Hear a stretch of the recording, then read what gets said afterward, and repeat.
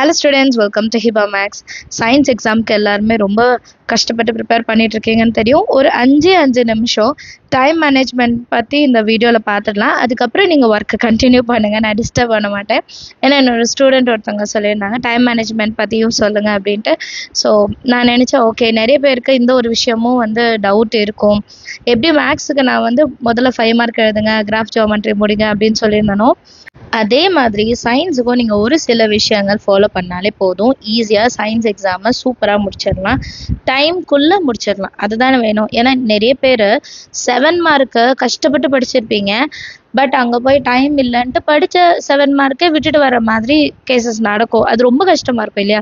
படிக்காமல் நம்ம விட்டுட்டு வந்தாலும் பரவாயில்ல, நான் கஷ்டப்பட்டு படித்தேன் ஆனால் எழுத டைம் கிடைக்கல அப்படின்றது எவ்வளோ பெரிய விஷயம். ஸோ அந்த மாதிரி உங்களுக்கு ஆகக்கூடாதுன்னா இப்போ நான் வீடியோவில் சொல்கிற விஷயத்த மறக்காமல் நோட் பண்ணிக்கோங்க. நாளைக்கு எக்ஸாமில் அதே ப்ரொசீஜரை ஃபாலோ பண்ணுங்கள். கண்டிப்பாக உங்களால் டைம்குள்ளே முடிக்க முடியும். சரிங்களா? டைம்குள்ளே நம்ம ஒரு வேலை முடிச்சிட்டோம் அப்படின்னா செக் பண்ணுறதுக்கு டைம் கிடைக்கும். ஸோ மிஸ்டேக்ஸ் நம்மளே அவாய்ட் பண்ணலாம். கொஷின் நம்பர் கரெக்டாக எழுதிருக்கீங்களான்னு பார்க்கணும், அது எல்லாம் செய்யலாம். ஸோ நான் இப்போ சொல்ல போகிற விஷயத்த மறக்காமல் கவனிங்க. நம்ம சேனல் இது வரைக்கும் சப்ஸ்கிரைப் பண்ணலன்னா மறக்காமல் சப்ஸ்கிரைப் பண்ணக்கூடிய பெல் ஐகான் செலக்ட் பண்ணிடுங்க. உங்கள் ஃப்ரெண்ட்ஸ் சர்க்கிள்லையும் ஷேர் பண்ணுங்கள். சரிங்களா? அண்ட் லாஸ்ட் வீடியோஸ் எல்லாமே எனக்கு நிறைய லைக் பண்ணியிருந்தீங்க. ஸோ அதே மாதிரி இந்த வீடியோஸ்க்கும் லைக் பண்ணுங்கள். ஸோ தட் அது யூடியூப்பில் நிறைய பேருக்கு ஷேர் பண்ணும், நிறைய பேருக்கும் யூஸ்ஃபுல்லாக இருக்கும் இல்லையா? கண்டிப்பாக எனக்காக இந்த ஹெல்ப் செய்வீங்கன்னு நினைக்கிறேன். ஃபஸ்ட்டு நீங்கள் என்ன பண்ணணும், எப்போவுமே 7 மார்க் ஃபஸ்ட்டு அட்டென்ட் பண்ணிடுங்க. 7 மார்க் கொஷின் நம்ம எப்போவுமே 7 மார்க் கொஷினுக்கு தான் நம்ம இம்பார்ட்டண்ட்டு கொடுத்து படிப்போம். அதுதான் நிறைய வாட்டி படித்து வச்சுருப்போம். ஸோ 7 மார்க்ஸ் ஃபஸ்ட்டு அட்டென்ட் பண்ணிவிடுங்க. உங்களுக்கு தெரிஞ்ச 7 மார்க்ஸ் எல்லாம் முதல்ல முடிச்சிருங்க. 7 மார்க் முடிச்சிட்ட பிறகு 4 மார்க்ஸ் கொஷின் முடிச்சிருங்க. இது 2 முடிச்சிட்டாலே நம்ம ஒரு பெரிய அமௌண்ட் ஆஃப் மார்க் ஸ்கோர் பண்ணிவிடுவோம். அதுக்கப்புறம் நீங்கள் ஃபஸ்ட்டு 1 மார்க்குக்கு பேஜில் இடம் விட்டு வச்சிடுங்க. சரிங்களா? நம்ம ஆன்சர் ஷீட் இருக்கும் இல்லையா, அதில் 1 மார்க்குக்கு நீங்கள் நம்பர்ஸ் போட்டு இடம் விட்டு வச்சிடுங்க. இப்போ 1 மார்க் போய் கம்ப்ளீட்டாக சால்வ் பண்ணுங்கள். அதுக்கப்புறம் லாஸ்ட்டாக நீங்கள் 2 மார்க்கை அட்டென்ட் பண்ணால் போதும்.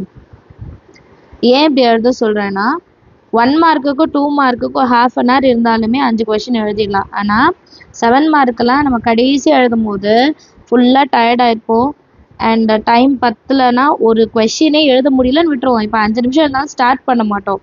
நம்ம என்ன நினைப்போம்னா, இதை ஸ்டார்ட் பண்ணால் முடிக்க முடியாது, நான் செக் பண்ணும் அப்படின்னு சொல்லிட்டு அந்த ஒரு 7 மார்க்கே ஸ்கிப் பண்ணுற மாதிரி ஆகும். பட் 2 மார்க் அப்படி கிடையாது, கடகடன்னு நம்ம எழுதி முடிச்சிடலாம். ஸோ எப்போவுமே இந்த ஆர்டர் ஃபாலோ பண்ணுங்கள். இந்த ஆர்டர் எழுதும்போது பார்ட் 1 பார்ட் 2 அப்படிலாம் கொடுத்துருப்பாங்க, அதெல்லாம் கரெக்டாக எழுதுங்க. கொஷின் நம்பர் கரெக்டாக எழுதிருக்கீங்களா பாருங்கள். சரிங்களா? அண்ட் ஸ்பெல்லிங் மிஸ்டேக்ஸ் நிறைய பண்ணுறவங்களா இருந்தால் நீங்களே உங்கள் பேப்பரை ஒரு வாட்டி செக் பண்ணிக்கோங்க. சரிங்களா? இந்த விஷயங்கள்லாம் கரெக்டாக நீங்கள் ஃபாலோ பண்ணிங்கன்னா கண்டிப்பாக உங்களுக்கு இந்த டைம் பத்தலை, எனக்கு டைம் இல்லை அதனால நான் எழுதலை, அந்த மாதிரி நீங்கள் எந்த ரீசனுமே சொல்ல முடியாது. கரெக்டாக உங்களுக்கு டைம் இருக்கும். சரிங்களா? நமக்கு 3 hours எக்ஸாம் டைமிங் வச்சுக்கோங்களேன். 3 ஹவர்ஸில் நம்ம அதை பிரிச்சுக்கலாம். இப்போ ஃபஸ்ட்டு 1 hourலேருந்து 1.5 1 hour 15 minutes வரைக்கும் 7 மார்க்கை கம்ப்ளீட் பண்ணலாம். தாராளமாக அதை ஃபுல்லாகவே முடிச்சிடலாம், 1 மணி நேரத்துலேயே முடிச்சிடலாம். அதுக்கப்புறம் இருக்கிற 45 minutesல நீங்கள் 4 மார்க் அட்டென்ட் பண்ணிடலாம். இது 2 முடித்தாலே பெரிய விஷயம், முடிஞ்சிருச்சு. ஸோ 2 hours முடிஞ்சதுன்னு வைங்க, பேலன்ஸ் 1 hour இருக்குது. 1 hourல ஈஸியாக 2 மார்க்கும் 1 மார்க்கும் எழுதிடலாம். ஒருவேளை இப்போ நம்ம ஃபஸ்ட்டே 1 மார்க்கோ 2 மார்க்கோ எழுதுகிறோன்னு வைங்களேன். ஸோ 1 மார்க்குக்கு ஒரு 30 minutes யோசிச்சு எழுதிடும். அண்ட் 2 மார்க்குக்கு நம்ம ஒரு 45 minutes எடுத்துக்கிறோன்னு வைங்களேன். இது 2ம் சேரும்போதே நமக்கு 1 hour மேலேயே நமக்கு டைம் எடுத்துடும். சரிங்களா? அது 2 மார்க் நம்ம என்ன பண்ணுவோம், பொறுமையாக எழுதுவோம். ஏன்னா ஃபஸ்ட்டு எழுதும் போது எப்போவுமே பொறுமையாக எழுதுவோம், நீட்டாக ப்ரெசென்ட் பண்ணணும். அப்போ 7 மார்க் 4 மார்க்குக்கு நமக்கு டைம் கொடுக்க முடியாமல் போயிடும். சரிங்களா? அதனால தான் சொல்கிறேன், ஃபஸ்ட்டே நம்ம 7 மார்க் 4 மார்க் எழுதிட்டோம் அப்படின்னா நமக்கு செக் பண்ணுறதுக்கு டைம் இருக்கும், ப்ரெசன்டேஷன் கரெக்டாக பண்ணுறதுக்கு டைம் இருக்கும். பேப்பர் நம்ம செக் பண்ணாமல் நம்ம கொடுக்கவே கூடாது. ஒரு சில தப்பு நம்மளே கண்டுபிடிச்சிடலாம், ஸோ மார்க் அதில் போகாது. சரிங்களா? ஸோ கவனமாக இதை ஃபாலோ பண்ணுங்கள். டயக்ராம் நீட்டாக வரைங்க, கேபிட்டல் லெட்டர்ஸில் பார்ட்ஸ் எழுதுங்க. சரிங்களா? ஸ்பீடாக எழுத ஆரம்பிங்க, முன்னாடிலேருந்து ஸ்பீடாக எழுத ஆரம்பிங்க.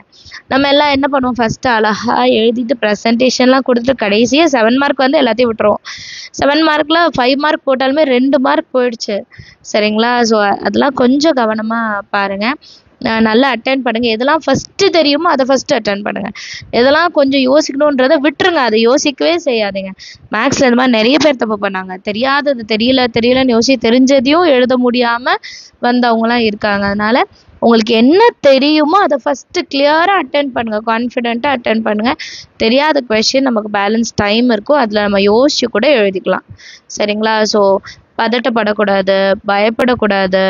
நான் மார்க் கம்மியானால் என்ன பண்ணுறதுலாம் யோசிக்கவே கூடாது. நான் நல்லா படிச்சிருக்கேன், நல்லா அட்டென்ட் பண்ண போகிறேன்ட்டு ஒரு கான்ஃபிடென்ட்டாக நீங்கள் போய் அட்டென்ட் பண்ணுங்கள். ப்ரெசன்டேஷன் நீட்டாக செய்யுங்க, அவ்வளோதான்.